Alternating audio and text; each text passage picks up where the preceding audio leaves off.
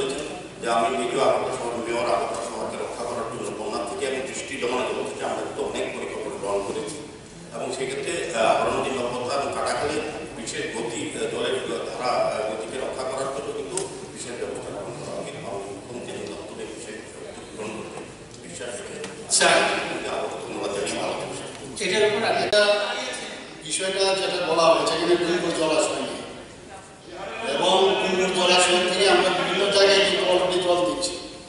মাননীয় বিধায়ক রঞ্জিত বাবু যেটা বলছেন এটা টেকনিক্যাল বিষয় এবং টেকনিক্যাল বিষয়ের উপর ভিত্তি করেই বলছে বড় আকারের কোনো ওখান থেকে জল দেওয়ার ব্যবস্থা সম্ভব নয়। তবুও উনি যেহেতু বলছেন যেটা এখানে টারবাইনও চলতে হবে সবাই জানেন, মিনিমাম যে জল থাকা দরকার সেটাকে তো মানে কম্প্রোমাইজ করে সেটা করা যাবে না। আমার তো সেখানে হাইড্রো ইলেকট্রিক প্রজেক্ট যেহেতু আছে সেটাকেও মেনটেন করতে হবে। আচ্ছা, তবু উনি যখন বলছে আমি কথা বলবো যে আরও কিছু মানে টেকনিক্যালি যদি সম্ভব হয় নিশ্চয়ই। ওকে, আমরা কি দেখলাম এই বাজেট মাননীয় অর্থমন্ত্রী পেশ করার সাথে সাথে মাননীয় বিরোধী দল নেতা বিধানসভা কক্ষ ছেড়ে গিয়ে ওনার কক্ষে গিয়ে উনি সাংবাদিক সম্মেলন করেন। একটা বাজেট বই, একটা বাজেট ভাষণ পড়তে গেলে একটা সময় নেয়। তিনি সেই সময়টুকু না নিয়ে তিনি বলে দিলেন এই বাজেট দিশাহীন, এই বাজেট জনকল্যাণমুখী নয়, এই বাজেট কসমেটিক বাজেট। এমনভাবে অপব্যাখ্যা করে এই রাজ্যের মানুষকে বিভ্রান্ত করার চেষ্টা করেছে। হ্যাঁ, মাননীয় অধ্যক্ষ মহোদয়, মাননীয় বিরোধী দল নেতা বলেছেন যে 10,323-এর কথা এবারের বাজেটে বলা নেই। তিনি বললেন যে এই বাজেট 10,323-এর কথা বলা নেই, বেকারদের কথা বলা নেই, কর্মসংস্থানের কথা বলা নেই। 10,323 এই মানুষগুলির জন্য আমাদের সরকার অনেক মানবিক দৃষ্টিভঙ্গি দিয়ে দিয়েছে। একটু আমার মাননীয় অধ্যক্ষ মহোদয়, 2014 সালে মাননীয় অধ্যক্ষ মহোদয় 10,323 যে মামলাগুলি হয়েছিল তার রায় বেরিয়েছিল। 2014 সালের বাজেট বই সেই সময়ে অর্থমন্ত্রী ছিলেন মাননীয় অধ্যক্ষ মহোদয় একটুখানি, কারণ তারা সবসময় শুধু অপব্যাখ্যা করেন। 2015 যে বাজেট ভানুলাল সাহা ছিলেন অর্থমন্ত্রী পেশ করেছেন সেখানে 2014 সালের রায় দেওয়া 10,323-এর কথা কোনো কিছু বলা নেই। এমনকি বেকারদের কর্মসংস্থান এবং বেকারদের জন্য একটি বক্তব্য তারা সেই বাজেটে রাখেননি। 2007, 8, 9, 9, 10 এবং 2016-17 সবগুলি বাজেট আমি বিগত সরকারের সময় আমি পড়েছি, আমি দেখেছি। তারপর 2018-19 আমাদের সেই সময়ে যে অর্থমন্ত্রী ছিলেন জিষ্ণুদেব বর্মন মহোদয় এবং এরপর আমাদের মাননীয় অর্থমন্ত্রী 3 বছর যে টানা বাজেট পেশ করেছেন, প্রত্যেকটি ক্ষেত্রে দক্ষতা বিকাশের কথা বলা হয়েছে। কিভাবে দক্ষতা অর্জন করে ছেলে মেয়েরা নিজের পায়ে নিজে দাঁড়াতে পারে, আত্মনির্ভর হতে পারে, বিভিন্ন ক্ষেত্রে চাকরির বন্দোবস্ত করা হয়েছে এবং এটা একটা চলমান প্রক্রিয়া। এই রাজ্যের ছেলে মেয়েরা বেকার যুবক যুবতীরা যাতে কম্পিটিটিভ পরীক্ষার উত্তীর্ণ হতে পারে তার জন্য ব্যবস্থা রেখেছে। সমালোচনা করার জন্য শুধু সমালোচনা নয়, সেটা বাস্তবিক করতে হবে। সেখানে আমরা বিগত সরকার এবং আমাদের বর্তমান সরকারের যে বাজেট বিস্তর ফারাক, আমাদের বাজেট জনকল্যাণমুখী বাজেট, সেখানে সমাজের সমস্ত বর্গের কথা বলা হয়েছে। এই বাজেটকে আমি অন্তর থেকে সমর্থন করছি এবং আশা করব এই বাজেটে আমাদের প্রত্যেক সদস্য সেই বাজেটকে সমর্থন করবেন এবং এই রাজ্যের মানুষ তাতে ভীষণভাবে উপকৃত হবে বলে আমি মনে করি। সবাইকে কতটা মানুষের কাজে লাগে তেলিয়ামুড়ার অনিমা রায়চৌধুরীকে তাহলে জিজ্ঞেস করতে হয়। তিনি মরণাপন্ন ছিলেন, জিবি হাসপাতালে তার চিকিৎসা হয়, শেষ পর্যন্ত তাকে IRS নিয়ে জন আরোগ্য যোজনার মাধ্যমে তার চিকিৎসা করা হয়। মৃতপ্রায় ওই মহিলাকে সুস্থ করে আমরা বাড়িতে নিয়ে যেতে পেরেছি এবং তার জন্য তার পরিবারের তরফ থেকে কোনো টাকা খরচ করতে হয়নি। প্রধানমন্ত্রী জন আরোগ্য যোজনা এবং মুখ্যমন্ত্রী জন আরোগ্য যোজনার মাধ্যমে সেই পরিবার বেনিফিটেড হয়েছে। এই 2 মাস আগের কথা, 2 মাসও হয়নি, তেলিয়ামুড়ার একটি বাচ্চা মেয়ের জন্ম হয়। জন্মের সাথে সাথে ধরা পড়ে তার হার্টে ফুটো রয়েছে এবং তার পালমোনারি আর্টারি ব্লকেজ রয়েছে। আমি সঙ্গে সঙ্গে খবর পেয়ে IRS হাসপাতালে যাই, তারপর রাজ্যের মাননীয় মুখ্যমন্ত্রীর সঙ্গে কথা বলি। ওই বাচ্চাটিকে তৎক্ষণাৎ 3 দিনের শিশুটিকে আমরা কলকাতায় রেফার করা হয় এবং কলকাতা মেডিকেল সুপার স্পেশালিটি হসপিটালে প্রধানমন্ত্রী জন আরোগ্য যোজনা এই বাচ্চাটির হার্টের ফুটো বন্ধ করা হয় এবং তার পালমোনারি আর্টারি অপারেশন করে তাকে সেখানে রিং পরিয়ে দেওয়া হয়। বাচ্চা মেয়েটি এখন সুস্থ রয়েছে।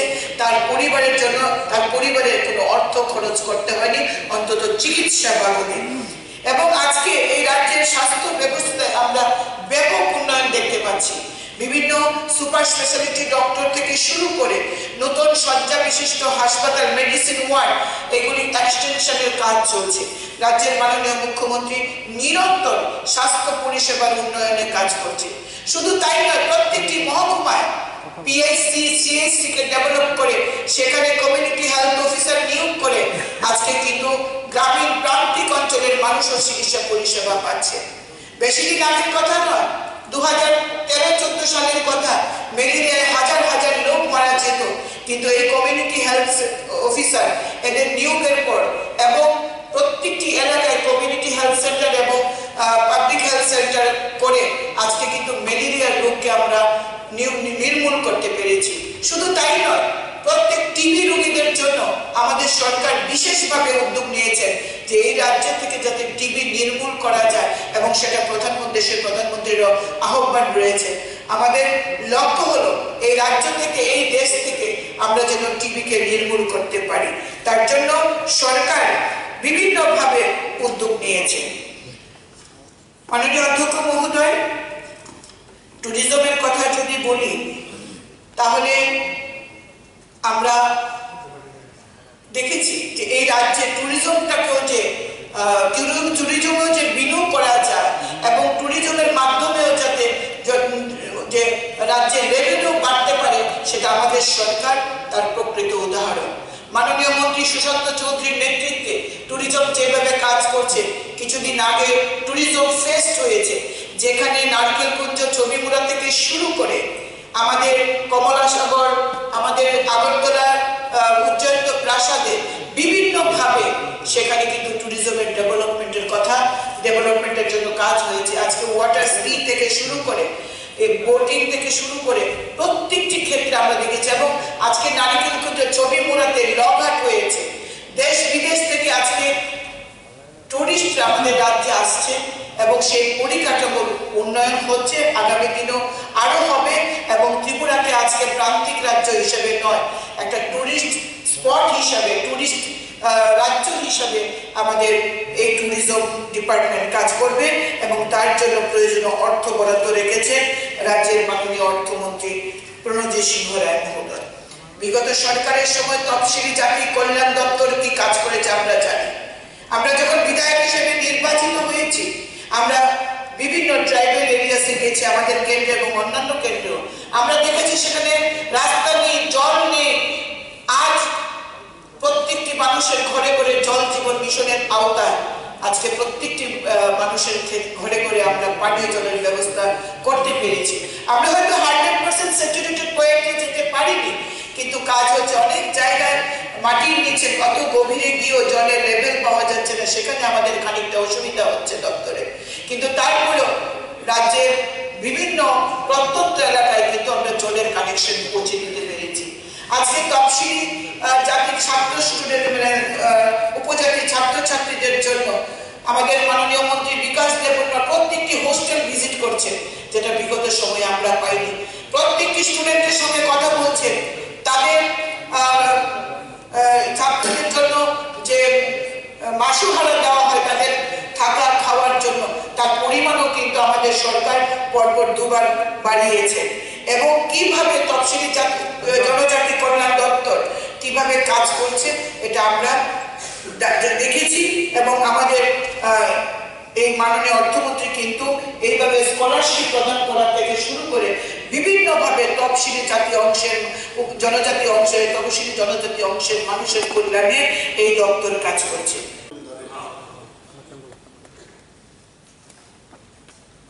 যে বিষয়টা সেটা জানতে চেয়েছেন যে ত্রিপুরা রাজ্যের হাওড়া নদীর নাব্যতা বৃদ্ধির লক্ষ্যে অবিলম্বে প্রয়োজনীয় উদ্যোগ। হাওড়া নদীর নাব্যতা বৃদ্ধি করে আগরতলা শহরের বন্যার স্থায়ী সমাধানের জন্য PWD-WR ভারত বাংলাদেশ সীমান্তে IBB ফেন্সিং ও বেড়া থেকে চন্দ্রপুরের দেবতা ছেড়া সেতু পর্যন্ত প্রায় দৈর্ঘ্য হচ্ছে 9.33 কিলোমিটার। হাওড়া বাঁধের বন্যা প্রাচীর সুরক্ষা বৃদ্ধি এবং তার যে শক্তিশালীকরণ ইত্যাদি প্রদান করে হাওড়া নদীর বাঁধের জন্য একটা ড্রাফট কনসেপ্ট পেপার তৈরি করা হয়েছে। মোট 248 কোটি টাকা এবং তহবিলের প্রাপ্যতার উপর কাজ EPC মোটে হাতে নেওয়া হবে।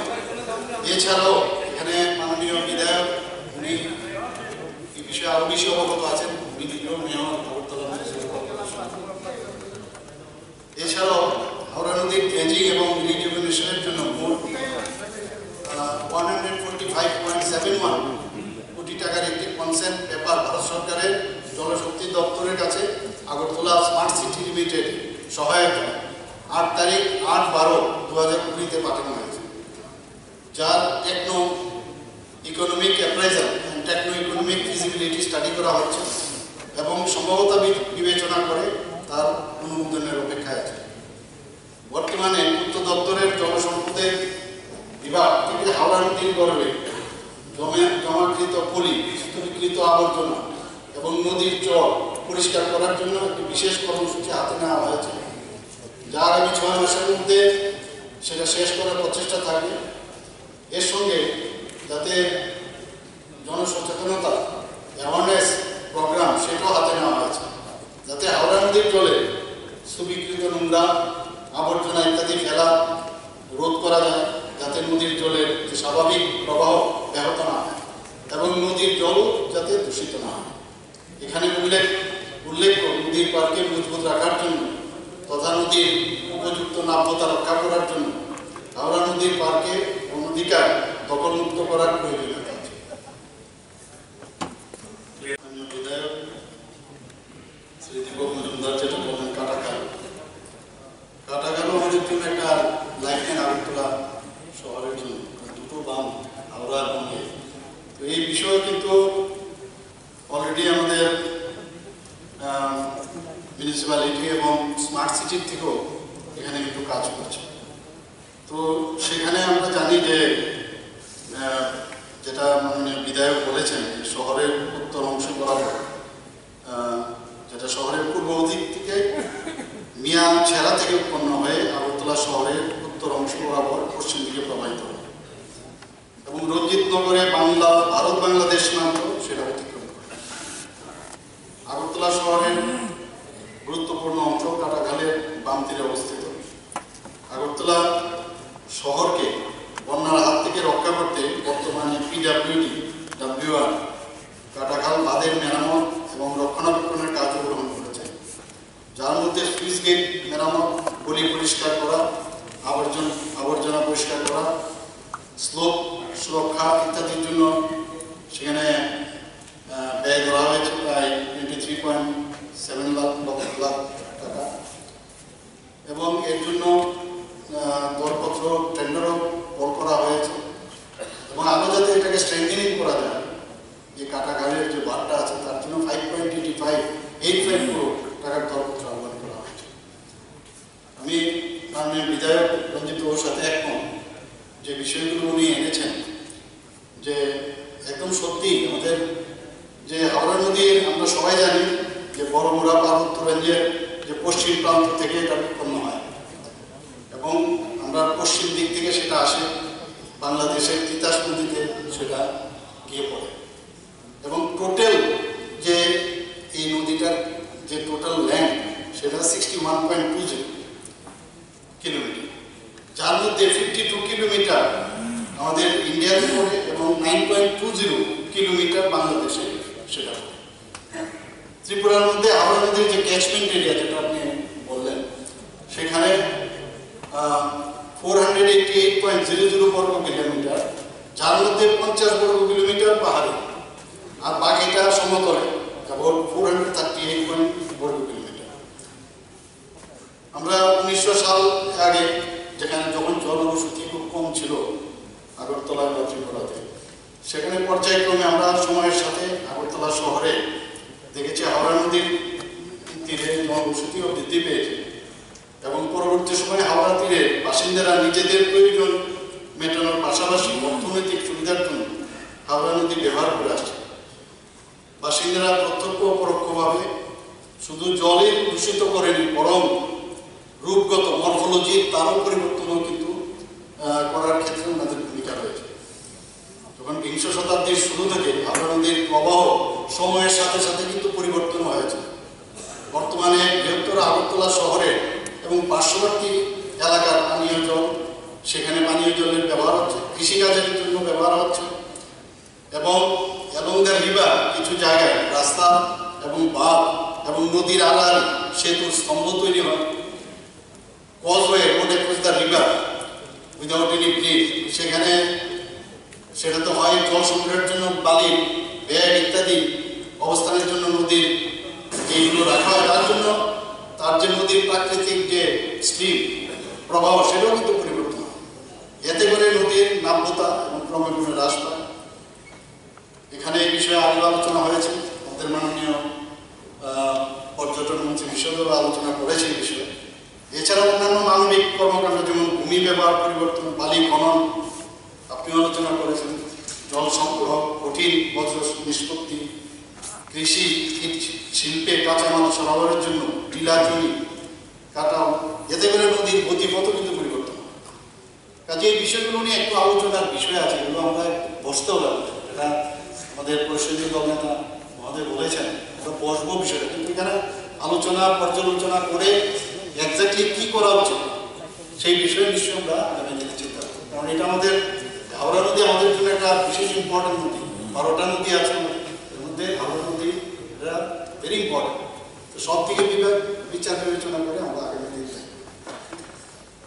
জলাশয়ের সংরক্ষিত জলকে কেন্দ্র করে অলরেডি ধলাই জেলা ডোমগুরনগর ব্লকের রানীপুকুর ভিলেজ কাউন্সিলের অন্তর্গত সদাইনন্দ পাড়াতে একটি এবং নাইকাছড়া ভিলেজ কাউন্সিলের অন্তর্গত প্রভু গ্রাম পাড়ায় একটি ইনোভেটিভ প্রকল্প স্থাপন করা হয়েছে, যার মধ্যে সদাইনন্দ পাড়ার যেটা ইনোভেটিভ প্রকল্প সেটা বিগত মার্চ 2024 ইংরাজি সনে চালু করা হয়েছে। এই প্রকল্পের মধ্যে মোট 65টি পরিবারের পাইপলাইনের মাধ্যমে পানীয় জল সরবরাহ করা হচ্ছে এবং প্রোগ্রাম পাড়া ইনোভেটিভ প্রকল্পটি বৈদ্যুতিক সংযোগের অপেক্ষায় আছে, সেটা যখন দেওয়া হবে সেটা আমরা চালু করে দেব। এই প্রকল্পের মাধ্যমে 55টি পরিবারে পানীয় জল সরবরাহ করা যাবে বলে আশা করা যায়। এছাড়াও ডোমগুর জলাশয়ের সংরক্ষিত জল AGT Live 24/7 This is AGT Live 24/7. অন্তর্গত নারায়ণ সর্দার পাড়াতে ইতিমধ্যে একটি ইনোভেটিভ প্রকল্পের কাজ সম্পূর্ণ করে চালু করা হয়েছে, যার মাধ্যমে 55 ফ্যামিলিজ পাইপলাইনের মাধ্যমে পানীয় জল সরবরাহ করা হচ্ছে। এখানে উল্লেখ যে বিদ্যুৎ দপ্তর এবং জল সম্পদ দপ্তরের থেকে সংগৃহীত তথ্য অনুযায়ী বর্ষাকালীন সময়ে ডুমগুর জলাশয়ের আনুমানিক ধারণ ক্ষমতা 28.69 কোটি লিটার এবং শুষ্ক মৌসুমে আনুমানিক 18.20 কোটি লিটার জল জমা থাকে। ডুমুর জলাশয়কে কেন্দ্র করে বিদ্যুৎ দপ্তরের যে হাইড্রো পাওয়ার প্লান্ট আছে তা থেকেও নিরবিচ্ছিন্নভাবে বিদ্যুৎ উৎপাদনের জন্য মিনিমাম 20.98 কোটি লিটার বা তার বেশিও জলের প্রয়োজন। এমনকি শুকনো মৌসুমে প্রায় 50 থেকে 70 দিন প্রয়োজনের তুলনায় ডুমুর জলাশয়ে সংরক্ষিত জল কম থাকে। বর্তমানে হাইড্রো পাওয়ার প্ল্যান্টের 2টি টারবাইন যান্ত্রিক গোলযোগের কারণে ফ্লাডের সময় আমরা দেখেছি নষ্ট হয়েছে, সেগুলোর মেরামতিও চলছে। এখানে বলা হয় যে হাইড্রো পাওয়ার প্ল্যান্টের যে টারবাইন আছে তার উপর দিয়ে যে প্রবাহিত জল সেটাকে কেন্দ্র করে গোমতী নদীর যে পাদদেশ সেখানে বহু ছোট ও মাঝারি ধরনের কৃষি জমিতে জলসেচেরও ব্যবস্থা আছে, লিফট ইরিগেশন স্কিম এবং পানীয় জল পরিশোধনার স্থাপন করা হয়েছে। উক্ত কারণবশত এই ডুমুর জলাশয়কে কেন্দ্র করে বড় আকারে যদি আমরা পানীয় জলের পরিশোধনাগার তৈরি করি সেটা আপাতত সম্ভব নয়। জল আতঙ্কে ভুগছেন 200 কোটি মানুষ প্রতিদিন তীব্র জল সংকটের মোকাবিলা করে বেঁচে থাকছেন। এটা সত্য যে পৃথিবীর 3 ভাগ জল 1 ভাগ স্থল। এই জলের 97% জল সমুদ্রের নোনা জল। এর মধ্যে যে 3% জল রয়েছে তার মধ্যে 2% জল হিমবাহ বা বরফ অবস্থায় রয়েছে। আমাদের যে নদী নালা এর মধ্যে আমরা 1% জল বিশ্বের 700 কোটি মানুষ তাদের এই জল থেকে তাদের প্রাণ ভাণ্ডার হিসাবে ব্যবহার করছে। আমার এই রেফারেন্সটির মূল বিষয়বস্তু হলো আমাদের যে এবার ত্রিপুরা জল জীবন মিশনে ব্যাপকভাবে ক্ষুদ্র এবং গভীর নলকূপের মাধ্যমে ভূগর্ভস্থ জলকে ব্যবহার করে পানীয় জলের জন্য দেওয়া হচ্ছে। হিল পাহাড়গুলোতে এই জল বেশিরভাগ আয়রনযুক্ত।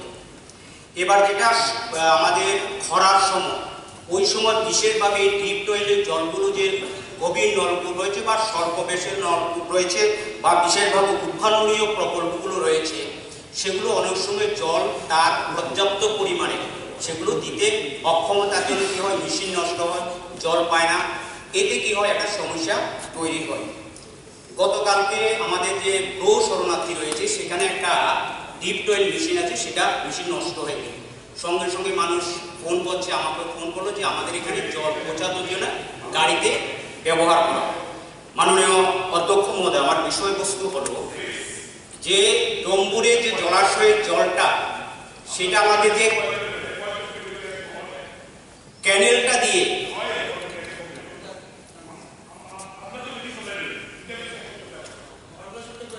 এই ক্যানেলের মাধ্যমে যেটা আমাদের বিদ্যুৎ কেন্দ্রে টারবাইনটা ঘুরানো হয়। দেখবেন আপনারা যারা গিয়েছেন, সুদীপবাবু গিয়েছেন, সুদীপবাবু সেখানে গিয়েছেন, সেখান থেকে উদ্বৃত্ত জলটা আমাদের কি হয়, নদীতে পড়ে যাচ্ছে। আমার যেটা যে পয়েন্ট অফ ইরিগেশন, ওই জলটাকে যেহেতু এই অত্র এলাকা যে জলটা আবার নদীতে পড়ে যাচ্ছে সেটাকে সেখানে রিজার্ভ করে অর্থাৎ ট্রিটমেন্ট করে অর্থাৎ দূষণ করে বড় ট্রিটমেন্ট প্ল্যান্ট করলে পরে সেগুলো দিয়ে, যেমন অমরপুর থেকে ডম্বুরের যে দূরত্ব 31 কিলোমিটার।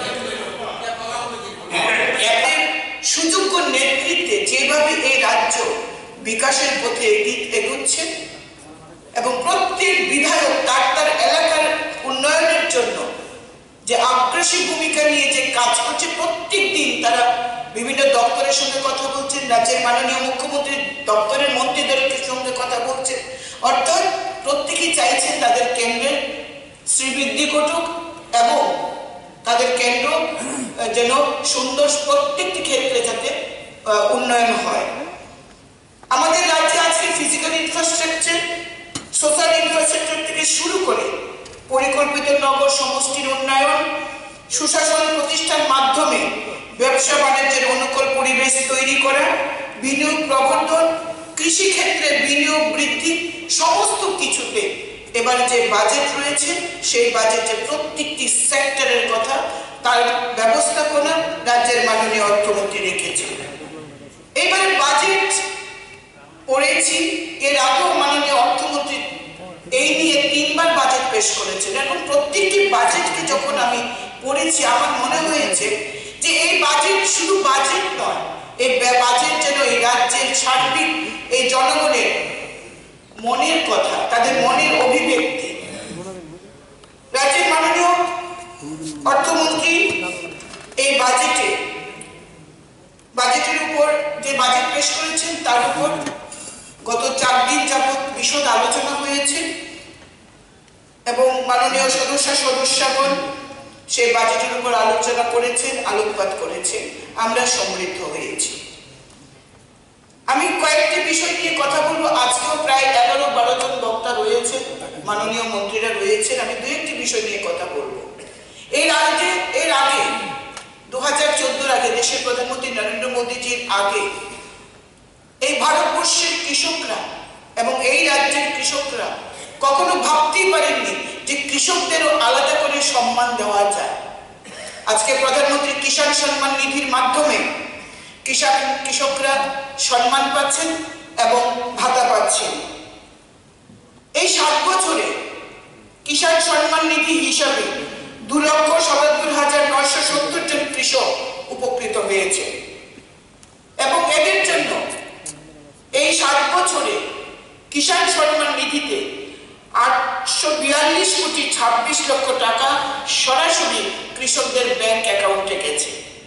ফসল বীমা যোজনা, বন্যা খরায় আমরা প্রত্যেকটি বছর আগে দেখতাম যে কৃষকরা পুঁজিপতিদের থেকে মূলধন নিয়ে চড়া সুদে টাকা নিয়ে কৃষিকার্যের জন্য তারা সার, বীজ, নানান জিনিস ক্রয় করার জন্য তাদেরকে সুদ সহ লোন নিতে হতো।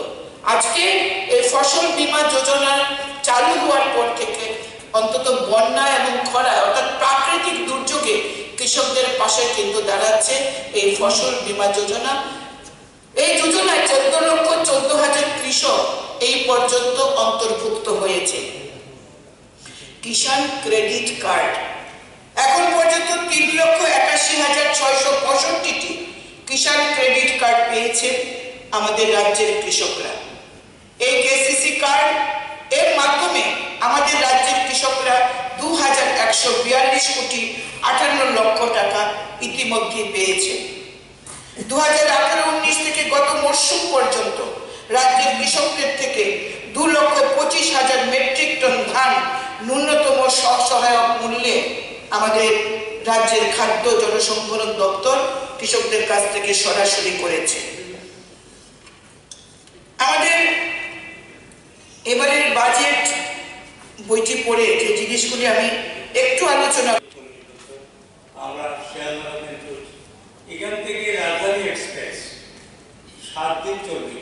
আর দ্বিতীয় কথা হলো আমার একটা বিটার এক্সপিরিয়েন্স বলে রাজধানী তেজসটা, এটা দিল্লি থেকে ছাড়ে আনন্দবিহার, দিল্লি থেকে 25 কিলোমিটার দূরে। আমি একটা বিটার এক্সপিরিয়েন্স হয়েছে। আমি 18 ডিসেম্বর আমি করেছিলাম ফার্স্ট ক্লাসে 8,348 টাকা দিয়ে টিকিট আমি করেছিলাম।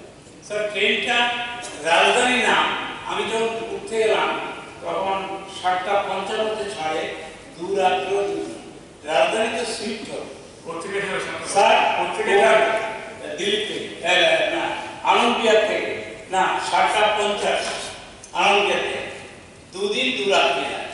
রাজধানী এক্সপ্রেস খুব দ্রুত চলার কথা। রাজধানী আমরা গুয়াহাটি থেকে দিল্লি যাই 28 ঘন্টা, আর ওখান থেকে আসতে আমাদের রাজধানী 44 ঘন্টা নেয়। তেজস রাজ যদি রাজধানী হয়ে থাকে আমার কিছু করার নেই স্যার। আর একটা আছে ত্রিপুরা সুন্দরী, এটা 47 ঘন্টা। সুতরাং আমি মাননীয় মন্ত্রীকে বলবো যে রাজধানী রাজধানীতে নিউ দিল্লিতে যাবে, এটা ত্রিপুরা থেকে, এটা সাবুন থেকেও আগরতলা থেকেও সপ্তাহে 7 দিন রাজধানীর ব্যবস্থা করার জন্য তদবির করবেন কিনা। কারণ মাননীয় মন্ত্রী একটু আগে বলেছেন চিঠি দিয়েছেন উত্তর পায় না, এটা তো কথা বলবো না। আমাদের বক্তব্য উত্তর পায় না, আমি বলছি উত্তর পেলে প্লিজ এক্সাজারেট করবেন না, প্লিজ না এক্সাজারেট করবেন না। উত্তর আমরা বলেছি যে চিঠি দেওয়া হয়েছে, মন্ত্রীর সঙ্গে দেখা করেছি এবং গত ৩ তারিখ আমি মাননীয় মুখ্যমন্ত্রীর সঙ্গে আমি ব্যক্তিগতভাবে দেখা করেছি এবং রেলমন্ত্রী আমাকে বলেছে যে তোমার মুখ্যমন্ত্রী এসেছিলেন, কিছু দাবি আমাকে দিয়ে গেছে, তোমাদের দুজনের দাবি মিলিয়ে আমরা ব্যবস্থা গ্রহণ করব। তার মধ্যে মাননীয় অধ্যক্ষ মহোদয়, আমি আপনার জ্ঞাতার্থে বলছি, আপনি একটা সেশনে বলেছিলেন ক্লিনলিনেস, পরিষ্কার পরিচ্ছন্নতা। আমি যখন এবারকার বললাম, আমাদের অফিসাররাও ছিলেন, সঙ্গে সেক্রেটারি, এডিশনাল সেক্রেটারি, তৎক্ষণাৎ উনি এনএফএল এর জিএমকে আমার সঙ্গে ফোন করলেন, ফোন করে বললেন যে এই কমপ্লেন আসছে, এই ব্যাপারগুলো দেখতে হবে। আপনি বলেছেন? হ্যাঁ, সেই বিষয়গুলো রেলমন্ত্রী যত্ন সহকারে দেখছেন এবং আমরা যা দাবি জানিয়েছি, আমি যে ডাবল লাইনের কথা বললাম, ওনার থেকে শুনেই আমি বললাম সমস্ত কিছু মাননীয় মুখ্যমন্ত্রী বছরে রয়েছে এবং আমরা সেই জিনিসগুলো আগামী দিনে লক্ষ্য রাখবো। ধন্যবাদ মাননীয় মুখ্যমন্ত্রী মহোদয়। মাননীয় শ্রী দীপক মজুমদারের প্রশ্ন ১, আগরতলা কর্পোরেটর সহ রাজ্যের বিভিন্ন মিউনিসিপ্যালিটি কাউন্সিলরদের বেতন ভাতা প্রদানের কোনো পরিকল্পনা রাজ্য সরকার আছে কিনা? উত্তর হচ্ছে, আগরতলা কর্পোরেটর সহ রাজ্যের বিভিন্ন মিউনিসিপ্যালিটি কাউন্সিলরদের সাম্মানিক ভাতা বৃদ্ধি বা প্রদানের বিষয়ে সরকার পরিকল্পনা করছে। ২ নম্বর হচ্ছে, থাকলে কবে নাগাদ বাস্তবায়িত হবে বলে আশা করা যায়? বিষয়টি এখনও সরকারের বিবেচনাধীন এবং অচিরেই এই বিষয়ে সিদ্ধান্ত নেওয়ার পরিকল্পনা আছে। ৩ নম্বর হচ্ছে, না থাকলে তার কারণ। ১ নম্বর প্রশ্নের উত্তরের পরিপ্রেক্ষিতে কোনো প্রশ্ন ওঠে না। ৪ নম্বর হচ্ছে, মিউনিসিপ্যালিটির চেয়ারম্যান ও ভাইস চেয়ারম্যানদের সাম্মানিক ভাতা বৃদ্ধি নিয়ে সরকারের কোনো পরিকল্পনা আছে কিনা? তো মিউনিসিপ্যালিটির চেয়ারম্যান ও ভাইস চেয়ারম্যানদের সাম্মানিক ভাতা বৃদ্ধি নিয়ে সরকারের পরিকল্পনা আছে এবং ১ নম্বর প্রশ্নের উত্তর আমি সেটা বলছি। সিদ্ধান্ত নিতে হবে, কারণ আপনি নিশ্চয়ই জানবেন এবং তার আগেও একাধিকবার আলোচনা হয়েছে যে ত্রিপুরা রাজ্য থেকে বর্তমানে প্রায় ১৩ থেকে ১৪টা এক্সপ্রেস ট্রেন চালু রয়েছে। রাজধানী থেকে শুরু করে, কাঞ্চনজঙ্ঘা থেকে শুরু করে আমাদের হামসাফার, কিষান রেল, সমস্ত কিছু 13টা এক্সপ্রেস চালু রয়েছে। তার বাইরে আমাদের প্রায় ৫ থেকে ৬টা ডেমো ট্রেন বা প্যাসেঞ্জার ট্রেন আমাদের চালু রয়েছে। তো না চাইতেই আমরা পাই কেন্দ্রীয় সরকারের কাছ থেকে। তো আমরা এই বিষয়েও চিঠি লিখেছি রাজধানীর বিষয় নিয়ে, কিন্তু সাবরুম থেকে শিলচর পর্যন্ত মাননীয় বিধায়ক যেটা বললেন, উনি আমাকে ব্যক্তিগতভাবে যদি চিঠি লেখেন, আমি এটা রেল মন্ত্রকের কাছে সাবরুম মানে দক্ষিণ ত্রিপুরার অধিকাংশ জনগণ আমাদের স্বাস্থ্য চিকিৎসার জন্য, বিশেষ করে আমাদের শিলচর প্রচুর আমাদের লোক আমাদের সাবরুম থেকে শিলচর গাড়ি যায় চিকিৎসার জন্য। তো সেখানে সাবরুম থেকে আসার পরে যখন আমরা ট্রেনটা চেঞ্জ করি আগরতলা, তখন তড়িঘড়ি করে অনেক সময় সমস্যা হয়ে পড়ে, যার কারণে আমি আপনার মাধ্যমে মাননীয় মন্ত্রীকে অনুরোধ করবো যাতে সাবরুম থেকে শিলচর যদি ট্রেন চালু করা হয়, তাহলে সার্বিক আমাদের দক্ষিণ ত্রিপুরা জেলা মানুষ উপকৃত হবে। ধন্যবাদ। সাবরুম থেকে শিলচর বিশেষ ট্রেন চালু করা এবং আগরতলা রেল স্টেশন থেকে নিউ দিল্লি রেল স্টেশন পর্যন্ত সপ্তাহে ৭ দিন রাজধানী এক্সপ্রেস চালু করার কোনো পরিকল্পনা রাজ্য সরকারের সুপারিশের পর্যায়ে রয়েছে।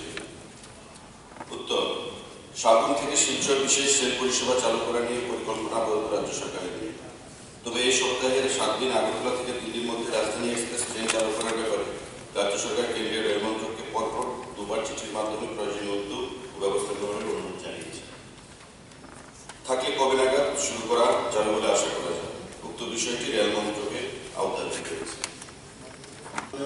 বিধায়ক শ্রী অভিষেক দেবরায় প্রশ্ন নম্বরে, মাতাবাড়ি ব্লকের অন্তর্গত DWS সাব ডিভিশন খোলার কোনো পরিকল্পনা রাজ্য সরকারের আছে কিনা? উত্তর হচ্ছে, মাতাবাড়ি ব্লকের অন্তর্গত DWS সাব ডিভিশন খোলার কোনো পরিকল্পনা আপাতত রাজ্য সরকারের নেই।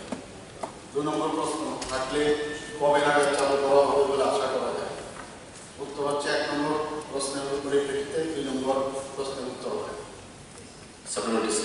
রেলমন্ত্রীকে যে বিধায়ক গোপাল চন্দ্র রায় স্পেশাল রিকোয়েস্ট রেখেছেন ৭ দিন ত্রিপুরা রাজ্য থেকে রাজধানী এক্সপ্রেস চালু করার জন্য রাজ্যবাসী। মাননীয় পরিবহন দপ্তর।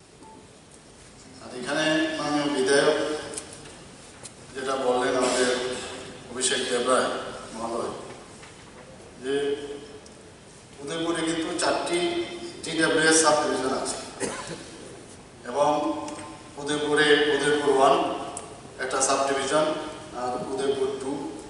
একটা সাব ডিভিশন, কিল্লাতুর একটা সাব ডিভিশন আছে এবং TWS সাব ডিভিশন কাকরাবন এখানে আছে 4টা। তো যা আমার কাছে রিপোর্ট আছে যে ওইখানে যে পরিকাঠামো আছে তাতে দেখাশোনা করা খুবই সহজসাধ্য। তবুও যেহেতু মাননীয় বিধায়ক বলেছেন বিষয়টা আমি ডিপার্টমেন্টের সাথে কথা বলবো।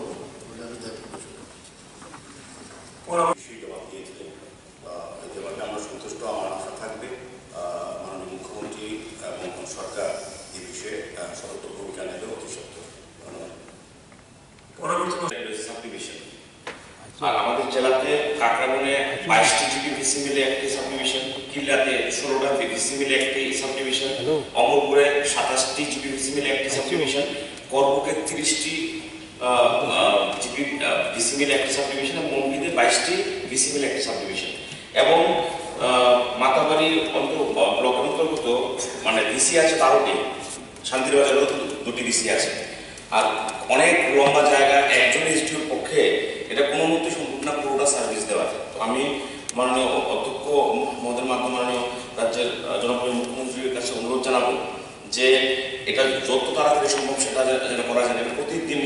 প্রতিনিয়ত জলের সমস্যা সেখানে হচ্ছে এবং মানুষ সার্ভিস সঠিকভাবে পাচ্ছে না। এতগুলো ভিসিজিপি একজন এসডিওর পক্ষে সার্ভিস দেওয়া কোনো মতেই সম্ভব না। আমি অনুরোধ জানাবো যেন একটা এই সাবডিভিশন খোলার পক্ষে এবং তার গুরুত্ব বুঝে যেন এটা খোলা হয়। নমস্কার। রাজধানী আমরা সবাই জানি রাজধানী এক্সপ্রেস থেকে চলাফেরা সপ্তাহে আর মাননীয় অধ্যক্ষ মহোদয়, আমি মাননীয় বিধায়ক মহিলার মক্কে বলবো যে আগরতলা থেকে শিলচর এক্সপ্রেস প্রতিদিন রয়েছে। উনি যেটা দাবি করেছেন যে সাবরুম থেকে শিলচরের পর্যন্ত ডাইরেক্ট কানেক্টিভিটি আলাদাভাবে চিঠি দিলে আমি সেটা ফরওয়ার্ড করে দেবো কেন্দ্রীয় রেল মন্ত্রকের কাছে। কারণ মাননীয় বিধায়ক গোপাল চন্দ্র রায় নিশ্চয়ই জানেন যে রেল, বিমান এগুলো রাজ্য সরকারের আওতাধীন নয়। আমরা প্রস্তাব করতে পারি, আমরা দাবি জানাতে পারি এবং যে কোনো কমিউনিকেশন যখন আমরা করি তার 15 থেকে 20 দিনের মধ্যে কেন্দ্রীয় মন্ত্রক থেকে আমাদের কাছে চিঠিও আসে তার প্রাপ্তি স্বীকার করে বা কি অ্যাকশন নেওয়া হচ্ছে সেই চিঠির উপর, দাবির উপর, সে বিষয়ে বিস্তারিতভাবে। তো উনি যেটা বললেন আমি তাতে একমত হতে পারছি না এবং ত্রিপুরা রাজ্যে যোগাযোগ ব্যবস্থা বর্তমানে অনেক ভালো। প্রথম দিনও হাউসে আলোচনা হয়েছে যে আগরতলা পর্যন্ত আমাদের বদরপুর চন্দ্রনাথপুর থেকে আগরতলা পর্যন্ত ডাবল লাইন তৈরি করার সার্ভের কাজ চলছে। জুন জুলাইয়ের মধ্যে সেই কাজ সম্পন্ন হবে এবং পরবর্তী সময় আগরতলা থেকে সাবরুম পর্যন্ত ডাবল লাইনে কনভার্ট করার কাজ হবে। তো সার্ভের কাজ চলছে, এগুলো আমাদের কোনো আন্দোলন করতে হবে। বিরোধীদের আগে শুনতাম যে রেল আসবে আগে থেকেই তারা জানতো, ওই মালিগাঁও NFLওতে গিয়ে আন্দোলন করতো। যখন রেলটা আসতো বলতো এটা আমাদের আন্দোলনের ফসল। তো এই যে জিনিসগুলো মানুষকে গ্লোবালসীয় কায়দা রাজনীতি করে দীর্ঘদিন হয়েছে ত্রিপুরা রাজ্যে, বর্তমানে আন্দোলনের যুগ শেষ হয়ে গেছে। না চাইতেই আমরা ডাবল ইঞ্জিন সরকারের সময় আমরা সমস্ত কিছু পাচ্ছি এবং সেই ধারা আগামী দিনে অব্যাহত থাকবে।